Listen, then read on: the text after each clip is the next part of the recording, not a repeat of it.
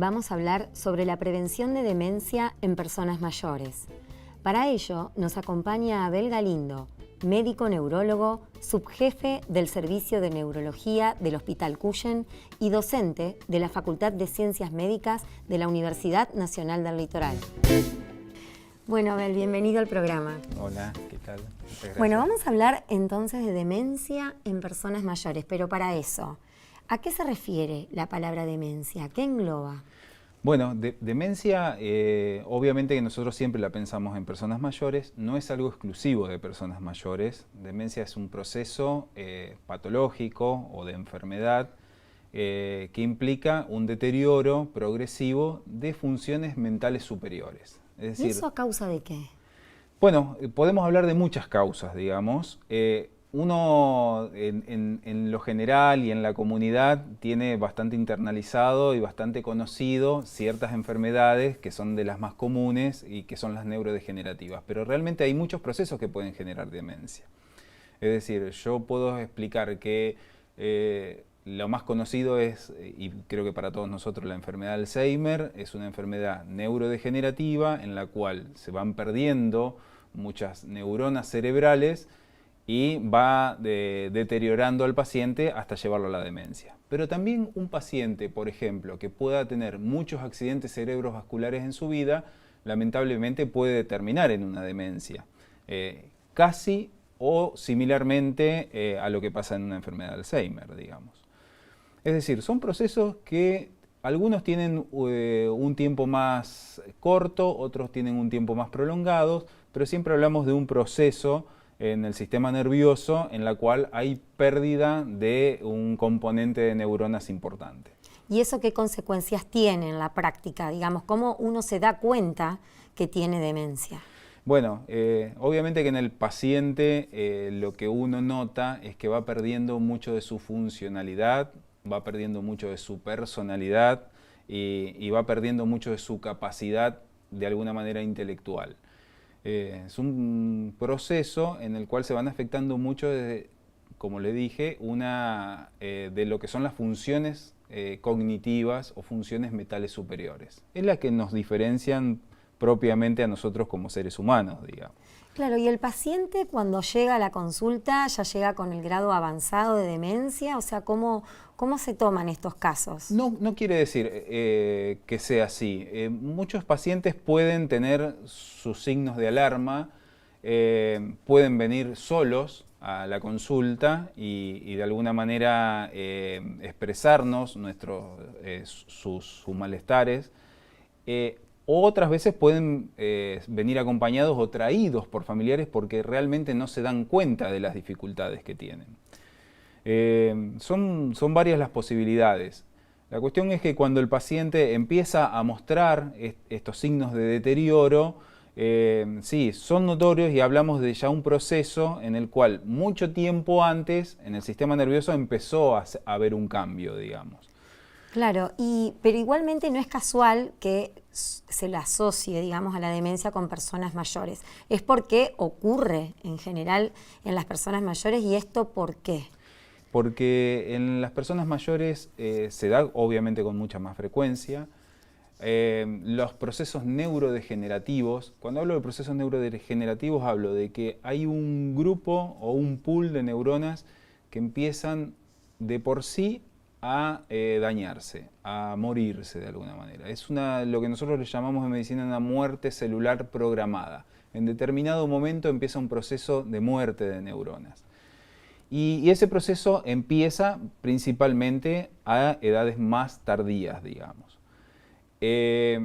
Obviamente que se suman factores ambientales y tal vez se puedan sumar otras enfermedades asociadas que también pueden dañar al sistema nervioso. Es decir, no es lo mismo un paciente que no tenga ninguna otra enfermedad asociada, y en esto podemos hablar principalmente de los factores cardiovasculares, es decir, que no tenga ni hipertensión, ni diabetes, ni sufra sobrepeso o obesidad, ni esté expuesto al tabaco o al alcohol, a una persona que no haya tenido ningún contacto con ese tipo de enfermedades. obviamente que si tiene toda esa exposición va a tener un cerebro lamentablemente más predispuesto a enfermarse que eso. Y eso se da en personas mayores también. Claro. Y además del Alzheimer, ¿qué otras enfermedades de demencia son las más recurrentes? El Alzheimer es como enfermedad neurodegenerativa la más frecuente, digamos. Uno podría separar esas enfermedades que se dan de por sí y lamentablemente no tenemos cómo frenarlas previamente, a aquellos procesos en los cuales hay cierto deterioro, pero sí tienen una causa de alguna manera externa. Y en esto hablamos de que los accidentes cerebrovasculares, cuando se suman y suman lesiones en cerebro, pueden generar demencia.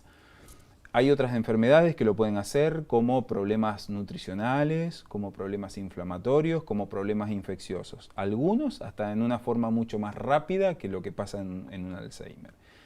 Pero en lo que respecta a las enfermedades neurodegenerativas como el Alzheimer, hay otros procesos patológicos que afectan tal vez otras áreas cerebrales que, sin ser la característica típica del Alzheimer, empezar con la afectación de la memoria, porque la gente tiene muy en claro que el Alzheimer afecta en un primer momento la memoria, afectan otras funciones mentales que también incapacitan al paciente, digamos. Claro. ¿Y esto se puede tratar, se puede, entre comillas, curar o sobrellevar de manera que no afecte la buena calidad de vida del paciente? Nuestra tarea como médicos principalmente es, cuando empezamos a ver los primeros niveles de deterioro del paciente, es ver si esto es un proceso reversible o no.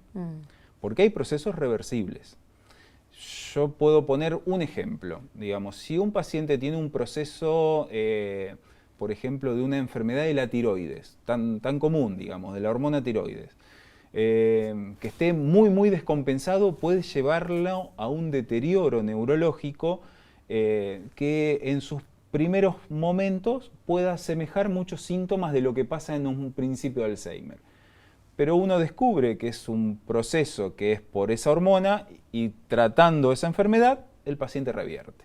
Ahora, hay otras enfermedades, específicamente la enfermedad de Alzheimer, que lamentablemente uno hace todos los estudios, no hay otra cosa que lo justifique, y son procesos que desde el momento que aparecen con síntomas, lamentablemente tienen su progresión.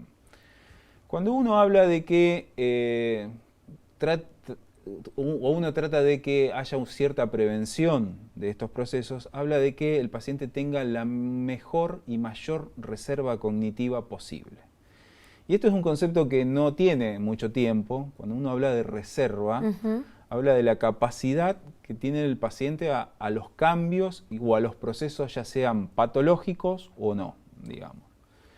Y esta reserva cognitiva se va haciendo a lo largo de nuestra vida, obviamente. Sí. Lo vamos adquiriendo nosotros con nuestro conocimiento, con nuestra escolaridad, con nuestras vivencias y con el cuidado que nosotros tenemos de nuestra salud. Claro. Nosotros vamos a tener una mejor reserva cognitiva en la medida que nosotros tengamos una mayor capacidad intelectual, una mayor instrucción a nivel escolar, una mayor capacidad en cuanto a complejidad de tareas que nosotros podamos hacer a lo largo de nuestra vida. Obviamente que también manteniendo la actividad física, que es muy importante, y eso está totalmente comprobado y claro, que mantener una actividad física mantiene también un cerebro muy sano, y manteniendo todas las actividades sociales que ameritan para cualquier persona común, digamos. Es decir, la interacción social, el aprendizaje de ciertas actividades hasta culturales, leer, escribir, tocar música, escuchar música, todo eso hacen, obviamente, en el proceso de nuestra vida, pero si no se hizo en determinado momento, hacerlo cuando empieza a haber ciertos indicios de dificultades en nuestros procesos mentales. Claro, y para el tratamiento, para quien decide, esto en cuanto a prevención, que es común a todos porque todos estamos igualmente expuestos, digamos, ya sea del orden natural o externo a esta posibilidad. Pero a las personas que, bueno, son diagnosticadas con demencia y quieren tratarse, Sí. ¿tienen acceso igualitario de alguna manera a los tratamientos? ¿Son tratamientos costosos? ¿Cómo? No son excesivamente costosos. Tampoco podemos decir que valen lo mismo que un tratamiento común y corriente, que no valen lo mismo que una aspirina, digamos. Claro, pero además de medicación o fármacos, también necesitan una asistencia psicológica, psiquiátrica. Exactamente. Acá es un tratamiento que es integral, digamos. Está, por supuesto, y es muy importante el tratamiento farmacológico, es lo que uno puede ayudar desde los medicamentos para mantener esa reserva cognitiva funcionando al máximo. Eso desde la farmacología. Pero están todas las otras actividades acompañantes que tienen el mismo o más valor, si se quiere, que el tratamiento farmacológico, que es lo que hoy por hoy nosotros llamamos la estimulación cognitiva. Y la estimulación cognitiva, lo mejor es que pueda ser guiada de alguna manera por profesionales.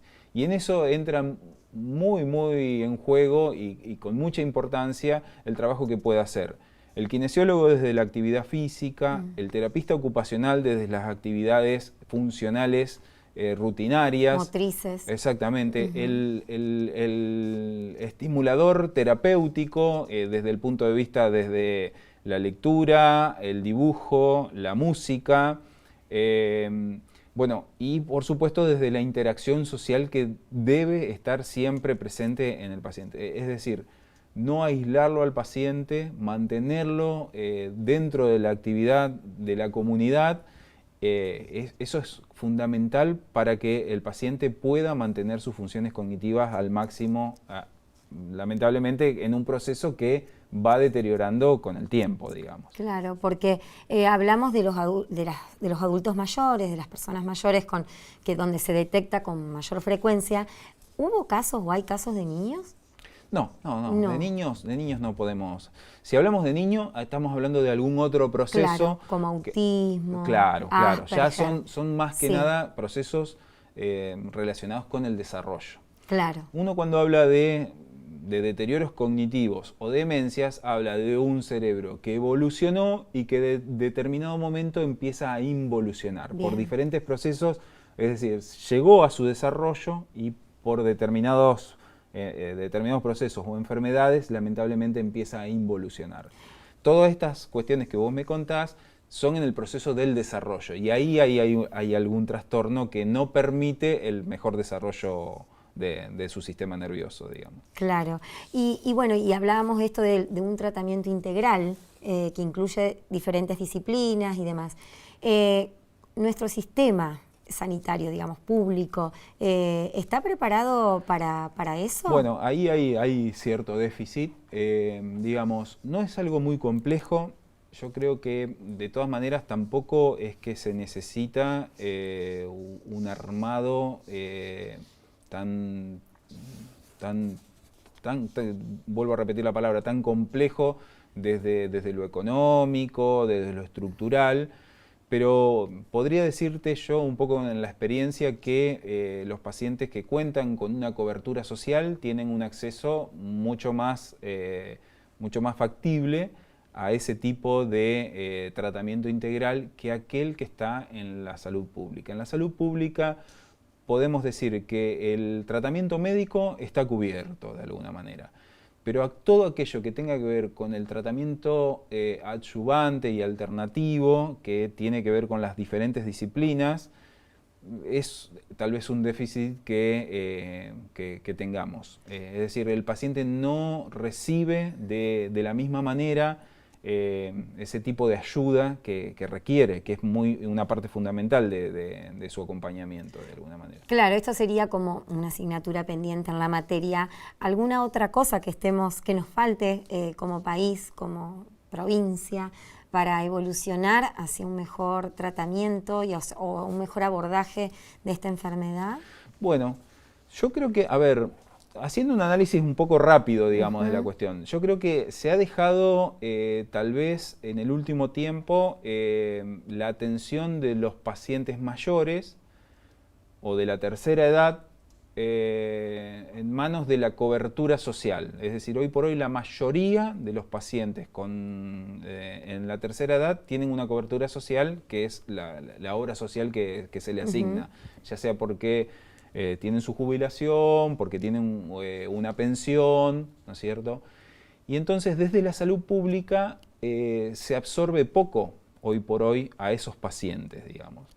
Entonces, tal vez la salud pública ha dejado, porque la necesidad misma, porque el paciente no ha llegado tanto a la salud pública en esa instancia. Es decir, la mayoría de los pacientes de la tercera edad tienen PAMI. Claro. Y se ha dejado un poco a través de su obra social que tengan la cobertura de todas estas necesidades que tiene el paciente. Y entonces dentro del medio hospitalario, dentro de los centros de salud y lo demás, este aspecto se ha descuidado de alguna manera. Me parece que es un tema que debería ponerse en observación y darle un poquito más de tareas, digamos, de trabajo, porque los pacientes muchas veces recurren a su centro de salud o a su hospital y requieren o tienen de alguna manera esa confianza con el profesional médico, y lamentablemente el profesional médico que atiende en esos centros de salud o en esos hospitales no cuentan con el apoyo de las demás disciplinas que necesitarían de alguna manera. Claro, entiendo. ¿Y son muchas las consultas que se reciben en el hospital, por ejemplo? Por esta cuestión, yo diría que no tantas. En el hospital no tantas. Yo creo que hoy por hoy, hablo desde el punto de vista de la especialidad, que somos un poco más los que absorbemos esta consulta.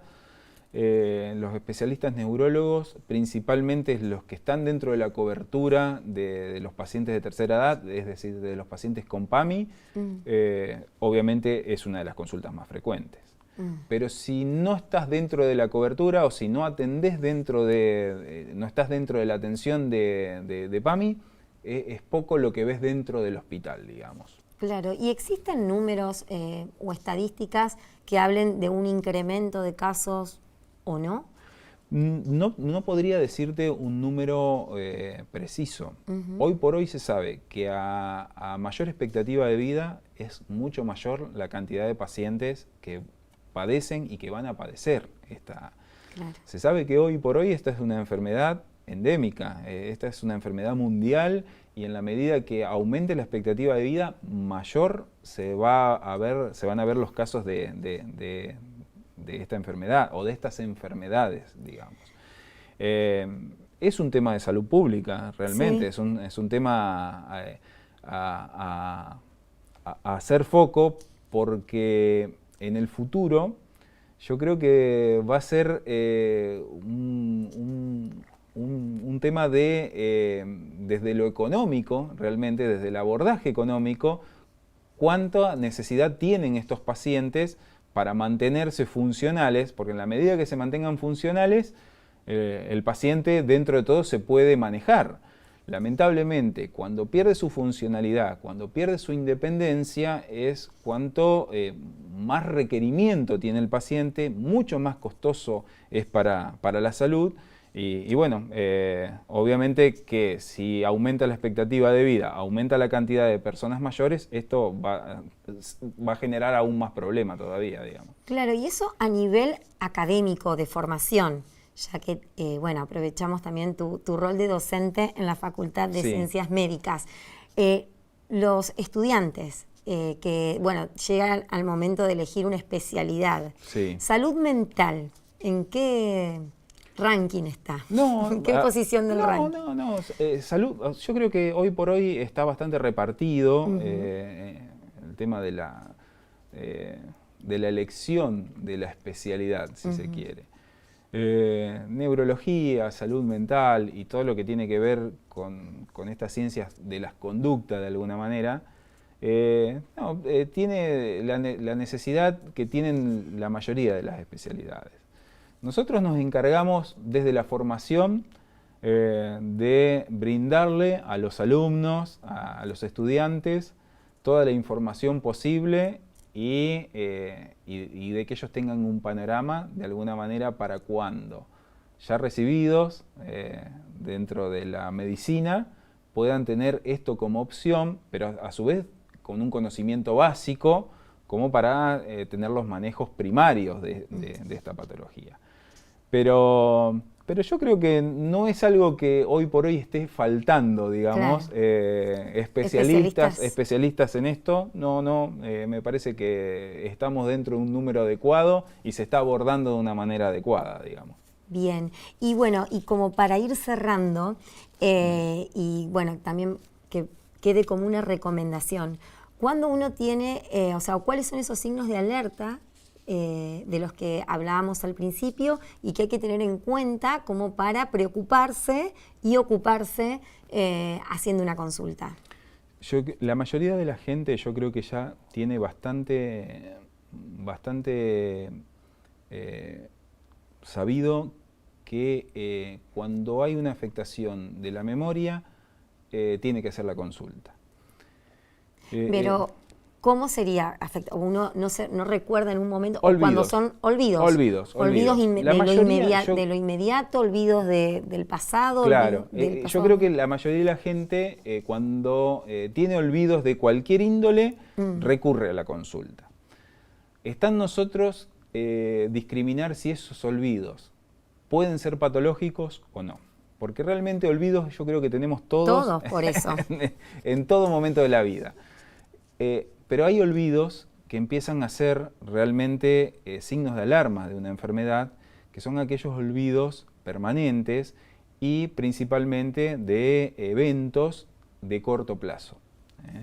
Es decir, no es lo mismo no recordar un nombre por un momento o no recordar algún elemento que uno olvida en cierto sector de la casa y después recordarlo, a si uno pregunta a un paciente qué desayunó hoy a la mañana, no saber qué es lo que desayunó, cuando pasó muy recientemente. Son diferentes formas, es decir, uno puede venir y decir, me olvido de las cosas, y uno tiene que separar qué tipo de olvidos está teniendo el paciente. Y en eso, realmente, a veces el paciente se puede dar cuenta y a veces no se da cuenta. Yo diría que cuando el paciente se da cuenta es un poquito más tranquilizador, porque claro, el paciente dentro de todo está consciente de la Exacto. cuestión. Ahora, cuando el paciente está muy repetitivo, está contando o preguntando continuamente lo mismo, y medio como que el familiar viene y te cuenta, que dice, mirá, me pasa esta situación, realmente hoy me preguntó cuándo tenemos que ir al médico 10 veces en la mañana, y se lo repetí 10 veces y me lo volvió a preguntar, bueno, ya es un llamado de atención muy importante. Obviamente que, por eso te digo, la gente ya lo tiene medio incorporado a que el olvido es un motivo de consulta. Pero yo diría que no es lo único. Cuando hay o empieza a haber cierto grado de torpeza en actividades rutinarias, totalmente aprendidas para nosotros, totalmente mecanizadas prácticamente dentro de nuestro ámbito laboral, familiar, social, y empieza a haber ciertas confusiones y lo demás, realmente es motivo de consulta. Por si un paciente va por la calle y ya siente que no se orientó en un lugar habitual, hace el mismo recorrido de siempre y en un momento parece como que está en un lugar que no es el habitual. Cuando algo que es de su tarea habitual lo empieza a hacer con torpeza o se empieza a equivocar muy, muy seguidamente, yo creo que todos esos, aunque no sean olvidos, son signos de alarma como para que el paciente tenga que ir a la consulta. Porque hay otros procesos cognitivos que no tienen que ver pura y exclusivamente con la memoria, pero que sí son indicios de otras enfermedades. Bueno, bárbaro, Abel, muchísimas gracias por venir al programa, muy claros tus conceptos y bueno, hasta la próxima, hasta una próxima. Bueno, gracias Mariana, gracias.